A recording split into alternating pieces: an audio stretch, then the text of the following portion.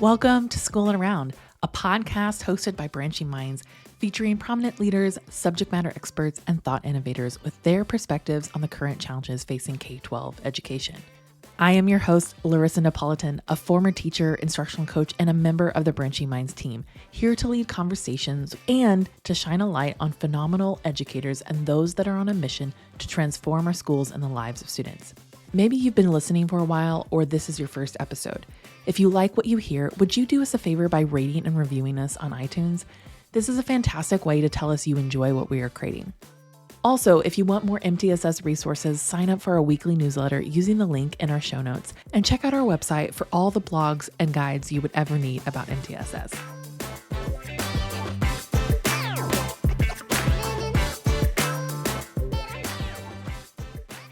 Scaling up MTSS from maybe elementary to secondary to pushing it out district-wide, all of that work is it's a big task, right? And this is why I wanted to have someone on here to talk about the work because they're in the midst of it. And so I'm excited to welcome Shannon Thornton from Warrensville, Ohio, to share a little bit about the work that she's doing in the district. And welcome, Shannon. Hello, thank you so much for having me. Well, Shannon, I would just love to have you share a little bit about your community and your district and a little bit about your role in the MTSS work there in Warrensville. Oh, okay. So I work for Warrensville Heights City School District. I am the director of Scholar Intervention and Data. This is my third year with the district. We are considered a mid-sized urban district. So we have roughly 2,000 students. Out of those 2,000 students, 90% or more of our students are African American, 17% of our students are students with disabilities, and about 60% of our students are economically disadvantaged. We have a great relationship with our community. Our mayor, our board members, and our superintendent are all graduates of the district, and our district just recently built all new facilities. So that shows the community's commitment to education. Our new facilities cost over $150 million. So all of our scholars are in brand new state of the art buildings.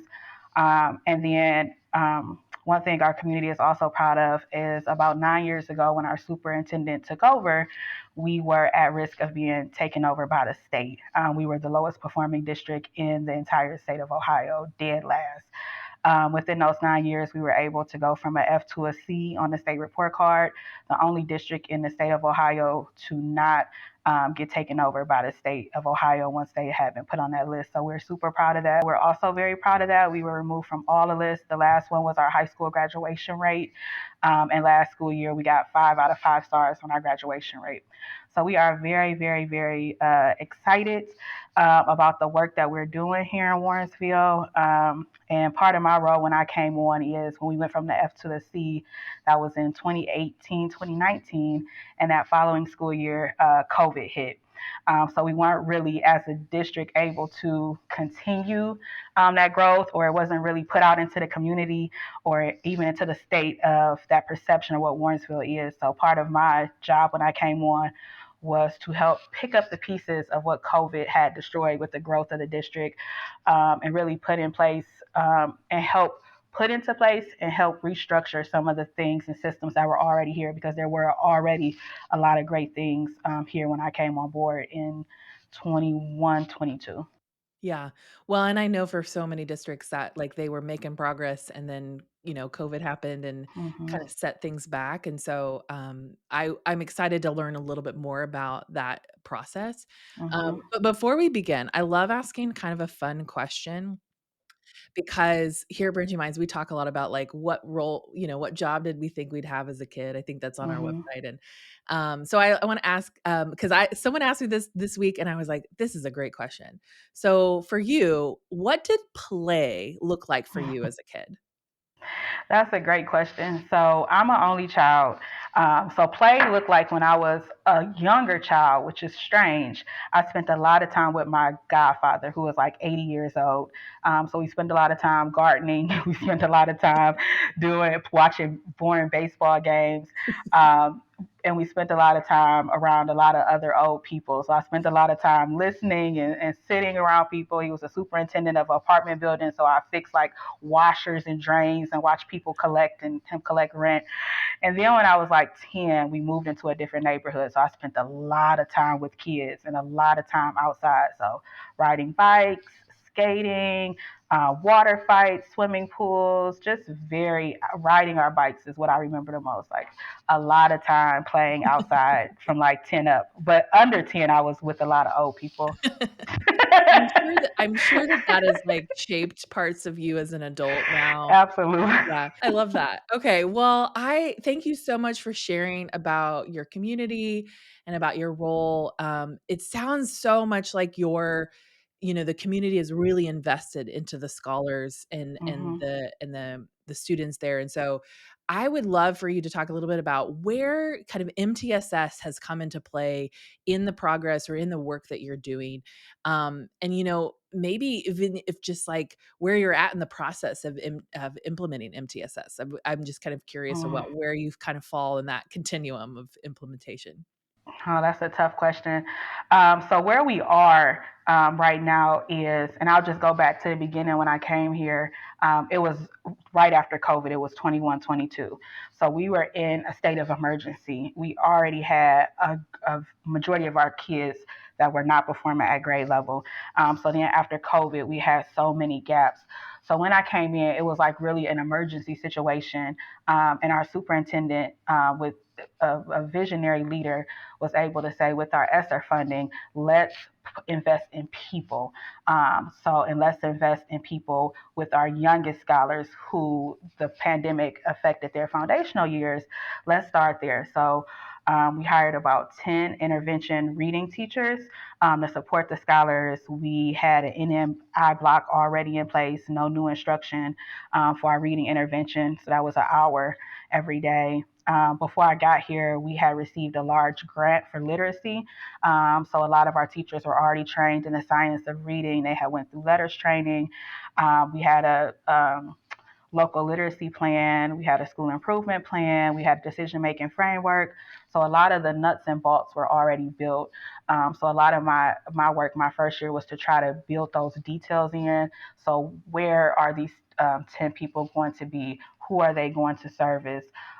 Really looking at the decision making framework, looking at our screeners, looking at our diagnostics, all of that detailed work. And then moving to secondary too. Before I got here, we had not really looked at secondary. And for secondary, we didn't have the people. So I invested in a lot of different adaptive learning programs for math, for reading. We had some intervention classes. But fast forward to now, where we are is we are not in a state of emergency anymore. I think the dust has really settled, and we're able to look at the details. So we're working backwards in a way. We didn't really have the time to really think thoughtfully about rollout, about teacher buy-in, about of course, we chose high quality intervention programs, but not really thinking about the type of students we have, the support that teachers would need who are implementing it. So we're going backwards in those steps, really looking closely at those materials. The state of Ohio has a list of adopted instructional materials we can even use now for intervention. So looking at that list, looking at the data to see which programs were effective, looking at multiple data points, talking to teachers, talking to families, and then another point we're at now is just a keen focus on details. We really have to look at, we're doing all of this, we have all of this stuff going on in Warrensville, but who are the kids that are still not growing, and what do we need to do to reach them? How do we need to change or modify the system, or what do we need to add so they continue to get the support that they need? Yeah. Well, and I think I mean, I was gonna really ask you the question of, like, what would you do differently?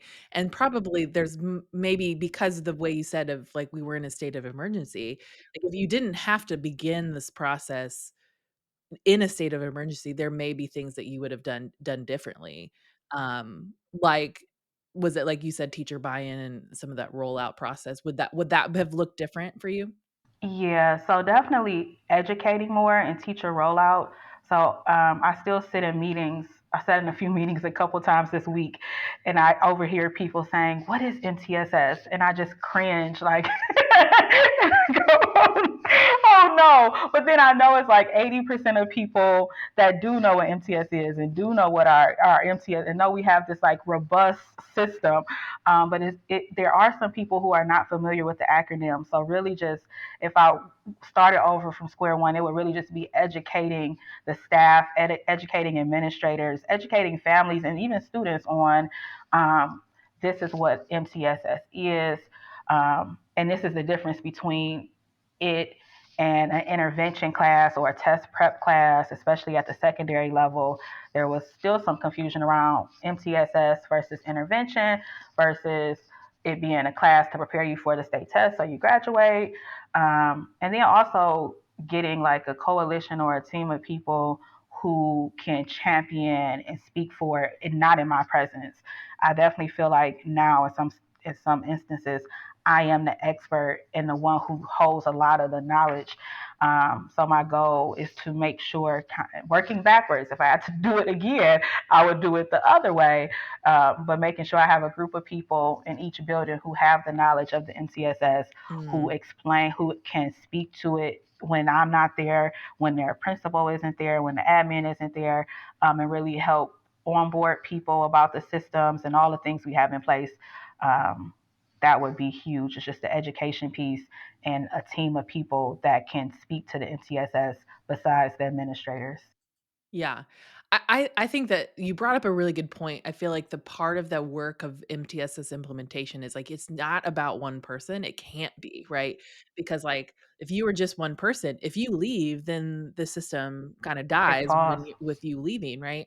And so I think there is that part of building that coalition, the building the team of people that really can be the advocates, that can be the trainers, that can be the experts when the one leader isn't there, like, and really what we know about MTSS, it is about collaboration and it is about the Absolutely. team. It's not just about the one teacher in the classroom doing Mhm. intervention. It's about all of the experts coming to the table. And I also want to address, you talked a little bit about the secondary level.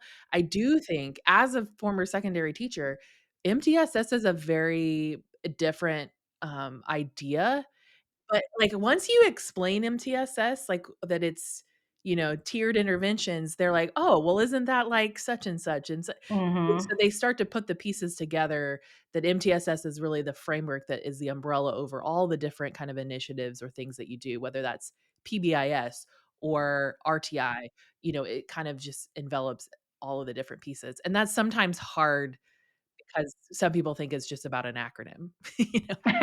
Yeah, they don't. And the thing is, too, especially in our district, I can speak to our district, we have so many kids who are so far below where they should be. And when they get to middle or high school, we have a high school geometry teacher who has kids who cannot multiply, who, they don't have good number sense.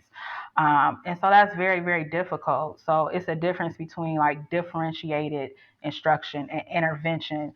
But then what I realized is when you ask secondary teachers to intervene, you have to explicitly teach them how to teach that type of student. And then you have to be very, and this is what we're working on for next year, very intentional about who we assign our lowest students to, especially at the secondary level. Every English teacher at high school, they don't understand the science of reading at that depth. And they shouldn't. Like they didn't go to school for that. They didn't go to school to teach to teach Well, and phonics. Like they didn't. I was gonna say, as an English teacher, it's like I knew how to teach a novel or how to, like, teach literature, Me but too. I was not trained to be a reading teacher, and so that's where, building those intervention classes, having the specific teacher that has that expert knowledge to help those students is really essential, or helping those teachers build those skills because it's real like, I wanna say it's not the teacher's fault necessarily, it's the No. that. And that's what we heard at the secondary level. So one of our high school principal, Mrs. Bishop, she came from the elementary school, so she had great relationships with some of our elementary teachers. So we were able to get one of our former kindergarten teachers to come up to the high school. Big shout out to Miss Peoples. And she was able to teach our high school intervention class. And she had the skill set to do that. And it just made a world of difference. And now, what we are doing with her is we're using her. She's a teacher. She implemented the program for years. She understands MTSS. So now she's going to help train other teachers in the English department. Okay, I wanted to ask you about Hmm. the MTSS handbook. You have one for Hmm. your district? Did you well, I'm assuming that you do if you work with Branching Minds, but, like, I wanna talk about, like, sort of the process and how that has maybe played into sort of your implementation process. Yes, great question. So, like I said, just going back to 21, 22, state of emergency, I came in. There was a whole lot of work by amazing people that had been done before I got here. But that work was scattered. Like you said, if you leave, then what happens to it? So, there were people who left, people that changed positions, and the information was all over the place. And then when I came, I helped roll out Branching Minds. It was one of my first initiatives they gave me when I started, and so I just started cranking out handouts and ways we were going to implement it and ways we are going to put in groups and progress monitor and really streamline all these systems. So year one, there was not a handbook. Year two, there was not a handbook. This school year is year three. And I decided that we had to put everything in one place. So that's really the origin of it. It's a collection. And I gave it so you can share, people can see. It wasn't all created at one time. It really is a collection of different handouts, different information from our district leadership team meetings, TBTs, data meetings, and even our MTSS handbook or our Branch and Mind handbook as well. Just different pages from different things, and it's a collection of information. How has that helped maybe going into this year that you've sort of created that? Has that helped that process? Do you feel like it's maybe sped things up or easier to Hmm. explain things when you have a reference like that? Absolutely. I mean, everything's easier when it's in black and white, when people can see it and it's not all being thrown at them at once. So one thing I wanted to make sure is that it was done before the start of the school year. So I made sure that all our building administrators had it and they understood it back and front. But, and I always have a but, so because I'm very reflective. But as I look through it, there are some things that I would add. There are some very specific things, just about decision making framework. About a lot of questions have come up about how fluid should our groups be, Mm. exit and entrance rules, decision rules, like how do kids get into this tier level, how do kids get out of this tier level. Questions about how to interpret our progress monitoring chart and a cadence. Our teachers are asking very specific questions, and as a team, a building admin team, I feel confident that we all say the same things. But again, I would like to start off the school year in black and white, it being printed, and us just going over it at a building level or at a grade level or in a department. So everybody starts off on the same page. And then revisiting it. We did not revisit it. I don't know. You know how beginning of the year is. Like everybody has a packet, everybody has a binder, and all teachers are thinking about is I need to look at my class list. I need to hang up stuff. Oh, Nobody, I I weird get it. they did not look at that again. They did not. Come on. Did I always promise myself I'm a district administrator, but I'm a teacher by heart. And I'm sure they took my nice little MTSS, handbook and put it in a stack and started doing things that teachers want to do when school year starts. So I when mean, I come have on. people say, I was what just is thinking about MTSS in April? I'm like, oh God, what is MTSS? and you're going, "I don't even know." It's April. I don't know. I Oh, oh my I gosh. don't know what it is. Oh man, Shannon, I just resonate with that a lot. I was an instructional coach as well, and so I did a lot of, like, assessment training and different things, and so Hmm. that idea of the work it takes, the communication work it takes within when you're implementing something this big and the kind of questions, because it sounds a little Hmm. bit like the questions that they're asking is about deepening the practice, right? It's Hmm. about really going it's not just good enough to implement groups, but we're like, how fluid can we adjust, when kids Yep. get what they need? Like, can we move them Yep. out?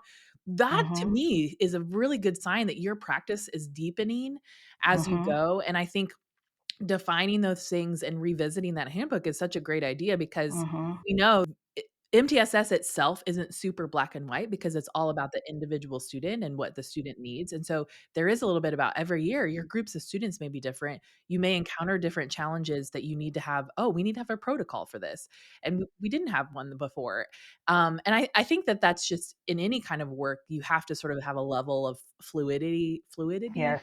or adaptability because based on the needs of the students that are in your building, and, so I think that that's a great practice. I love that because and I think our listeners will really resonate with that, the idea of, like, when you build that MTSS handbook, 1, it provides that clarity for your teachers and for your teams, but it also provides an opportunity to reflect on, what is it something we haven't thought about and but Mhm. we need to define more, because I think that's where, if you're just a checking the box, like, oh, we have a handbook, we can refer Right. to it, but you're really wanting to go, oh, how are we deepening the practice? Are we answering the questions that they really have? Mhm. Have we thought about the questions? Because I think sometimes a teacher brings a question that you maybe you're like, "Oh, I haven't even thought about this," because Mhm. they're in the work, they're doing it every day, and they encounter, it's like, what other resources or other things can we provide for them? One thing we did, Larissa, with that too, and I do want to mention this for the listeners who might be further along in the process, is we got to that point where we knew we were doing, like when you said, like check boxes. We had to check boxes. We're doing this, we're doing that. But to be transparent, we weren't seeing the growth that we should see. Like if you have all these people, all these resources, this amazing director and her amazing handbook, why do we still have kids who are not proficient readers? So what we did is we decided to have one-on-one meetings with every single teacher who provided reading intervention. We had myself, we had the literacy specialist, we had the building principal, and we had the data coach there. And in those meetings, teachers had to go through each of their kids who were performing below grade level and speak to us about their progress. If their students made adequate progress, we literally were like, nice job. And we moved on to the next kid because we wanted to focus on to those kids that were not doing well. And it took a lot for teachers to believe that it was not a I got you. We were not trying to do that. We wanted all these experts at a table because we wanted to hear the teachers' questions. You've had this child for 6 weeks, they haven't made adequate progress. What else do you need? Is there a behavior issue? Because we have a multi-tier system of support for that. Is it an attendance issue? Because we can send a letter home, we can get the culture coach, we can do that. Or is it an instructional issue? And that was always the last one because that's the one where a teacher might feel just a little bit of, discomfort. Like that's hard. Like, but we try to create that environment and that setting where the teacher would say, we've been working on nonsense words now for 3 months and we're just not seeing progress. And I was the one who could help the teacher with analyzing the data and interpreting the charts. We had a literacy specialist there who could talk about items in the literacy closet and strategies that could help. And then we had the building principal who could help with getting the right resources for behavior or attendance. And she's a strong instructional leader too, so she also has strategies she could suggest. But it was really ended up being a roundtable where teachers could ask those questions, and we did start to see a trend of very similar questions. So those are going back to the handbook. Those are questions that I'm definitely going to answers two questions that I will address in the handbook because we developed the same type of answers. Yeah. Um, and so that was very powerful this year. Well, and I love that is a fantastic story because I think that the idea that trying to determine is like, we're doing all the right things, but what is Mhm. it? Why are we not seeing the growth? Mhm. And I could even sense that, like, maybe some of those interventionists or, whoever's doing the intervention, they may be less apt to ask for help because they think Right. it's on them to figure that Mhm. out. And so they're continuing like, well, I just have to try harder. I just need, not Yeah. understanding that like, hey, this is all about all of us, not just you. Mhm. And I think that that's such a different mindset for some teachers Mhm. because it really has been about them and their performance as an instructor in the classroom. So I appreciate how you sort of softened it of like, is it attendance? Is it behavior? Mhm. Things that are outside of their, control. What is Absolutely. it? Talk about those first and then talk about the instruction. Okay. Shannon, I might call you back for this podcast because there's so many more things I want to ask you. But because we're short on time, I want to ask you, what has implementing MTSS meant for the scholars in your district? Mm, that's such a strong question. Um, I can't imagine, the way I'm going to answer it is I can't imagine what the experience would have been for some of our scholars if we would not have had our MTSS system. When people ask about our system, we don't have like off the chart growth. We dropped obviously after COVID when we came back the first year, and then we are right back where we were pre COVID, which is still a huge thing to be proud of. But we want more of our students to be proficient readers. But I could not imagine where our scholars would be if we had not implemented what we implemented. And that goes back to our community, that goes back to our superintendent, our principals, our directors, our intervention specialists, our intervention teachers, our parents, and even our kids putting in a hard work. So I'm just super, super proud of all the hard work that we've done. We're excited to see the growth this year. So we're excited. We're actually at a place in our district where we're excited for data. Like people, we want to see our end of the year scores. Like teachers want to see how their kids did. They want to see Acadience numbers. They want to see iReady because everybody knows how hard we've worked. So I'm just so excited for all our scholars who have shown growth on paper, in the actual data, and then just the scholars who've shown growth internally, right? That internal motivation to be a better reader, to be a better mathematician, and just to be a better person. So I'm confident that hopefully they appreciate everything that the community and the school district has done. Well, yeah, some of those gains aren't shown in test scores, so Absolutely. we know that, and that's why we do what we do. So, well, thank you so much for your time and just sharing Warrensville with us. I feel like that's the story is really powerful, and I'm excited to share this with our listeners. So, thanks for being here. All right. Thank you so much for having me. Thanks for listening to Schoolin' Around, a podcast hosted by Branching Minds. Go ahead and subscribe to our feed wherever you listen to podcasts. And don't forget, if you are enjoying our content, would you do us a favor and rate and review our podcast on iTunes? This helps others find our podcast and lets us know how much you love what we're creating. Branching Minds is an educational technology company using learning sciences and technology to help districts effectively personalize learning through MTSS. To learn more about us, check out our website, branchingminds.com, or follow us on Twitter, Facebook, or LinkedIn at Branching Minds.